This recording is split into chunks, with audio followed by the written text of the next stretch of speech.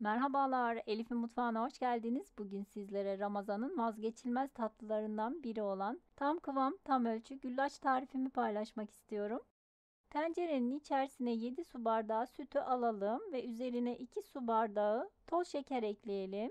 Sütümüzü ocağa alalım. Üzerine 1 tatlı kaşığı vanilya ekleyelim. Vanilya yerine dilerseniz gül suyu da kullanabilirsiniz. Bazı kişiler gül suyunun kokusunu ve tadını sevmeyebiliyor. Hangisini seviyorsanız vanilya veya gül suyu kullanabilirsiniz. Ben vanilya kullanmak istedim. Şeker eriyene dek ara ara karıştıralım ve sütümüzü ısıtalım. Güllaç yapımında en önemli püf noktası sütün sıcaklığıdır. Sütümüzü kesinlikle kaynatmıyoruz. Çok aşırı sıcak yaparsak güllaç yapraklarımız eriyecektir. Çok soğuk olursa da olmaz. Yani parmağımızı içine batırdığımızda elimiz hafifçe yanacak şekilde olmalı. Lütfen buna dikkat edelim.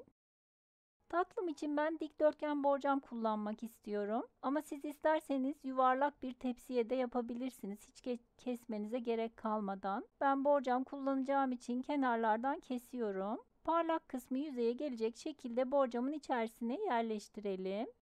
Üzerine yaklaşık 1,5 kepçe kadar süt gezdirelim. İkinci katı da aynı şekilde parlak kısmı yüzeye gelecek şekilde yerleştirip tekrardan sütleyelim. 3 kat yerleştirdim. Şimdi kenarlardan kesmiş olduğum parçaları yerleştirmek istiyorum. Onları da yerleştirip tekrardan üzerini sütleyelim. Ve 5.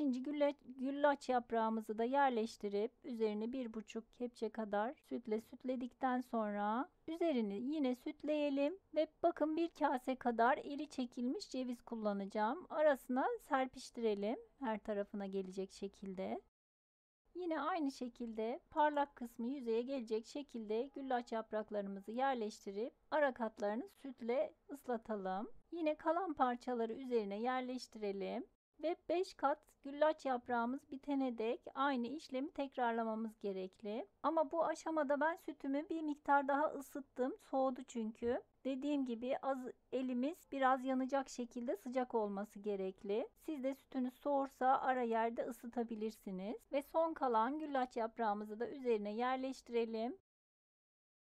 Son kalan sütümüzü de üzerine her tarafına gelecek şekilde yayalım. Yani toplamda 10 tane 10 adet güllaç yaprağı kullanmış oldum dikdörtgen borcam için. Üzerini streç filmle kapatalım ve tatlımızı buzdolabına kaldıralım. En az 2 saat kadar buzdolabında bekletmemiz gerekli. Ve 2 saatin sonunda güllacımız sütünü güzel çekmiş.